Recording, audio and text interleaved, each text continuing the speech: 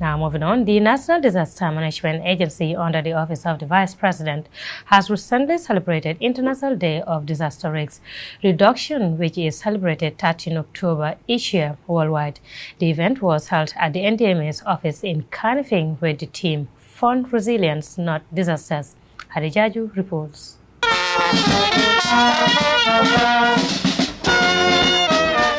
This year's theme, Fund Resilience, Not Disasters, served as both a rallying cry and a policy directive, urging governments and development partners to invest in long-term risk reduction strategies rather than reactive emergency responses.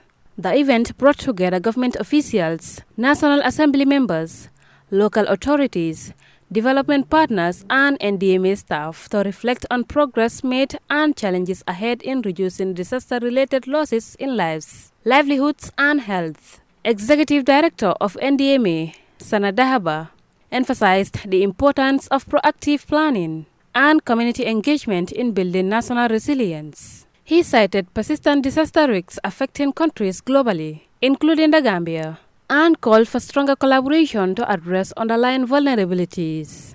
It's important to recognize that in the Gambia, the impact of disaster on communities can be utterly devastating. Such events often result in extensive infrastructural damage, leading to significant economic challenges that can take years to overcome. Tragically, the calamities can also result in the loss of life forever, altering the fabrics of affected communities.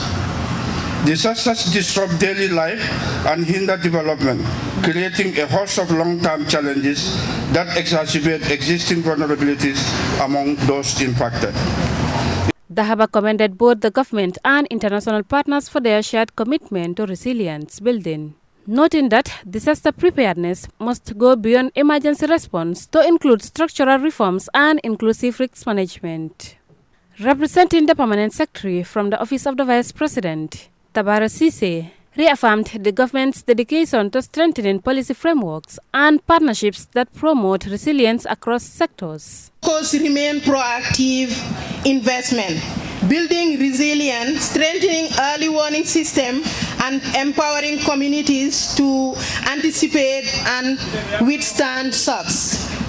We recognize the importance of adequate financing for resilient building. Every dollar invested in prevention saves multiple times more in recovery and reconstruction costs. Therefore, we must all, that is government, private sector, civil society, and our development partners, work together to ensure that funding resilience is not seen as an expense. Abdullah C., speaking on behalf of the West Africa Coastal Areas Initiative, stressed the need to prioritize investment disaster prevention over costly recovery efforts. He called for enhanced community awareness, stronger systems, and sustainable solutions to reduce vulnerability. We heard of what worker projects do. That is why every year we work with the National Disaster Management Agency to conduct a joint community awareness campaign on disaster risk reduction, emergency preparedness and response, and early warning systems. Through this initiative, we are reaching out directly to the people who are most at risk and vulnerable, providing them with life-saving information to stay safe in times of crisis. As part of this initiative, we work with trained community volunteers to carry out door-to-door sensitization in the Koto Stream area.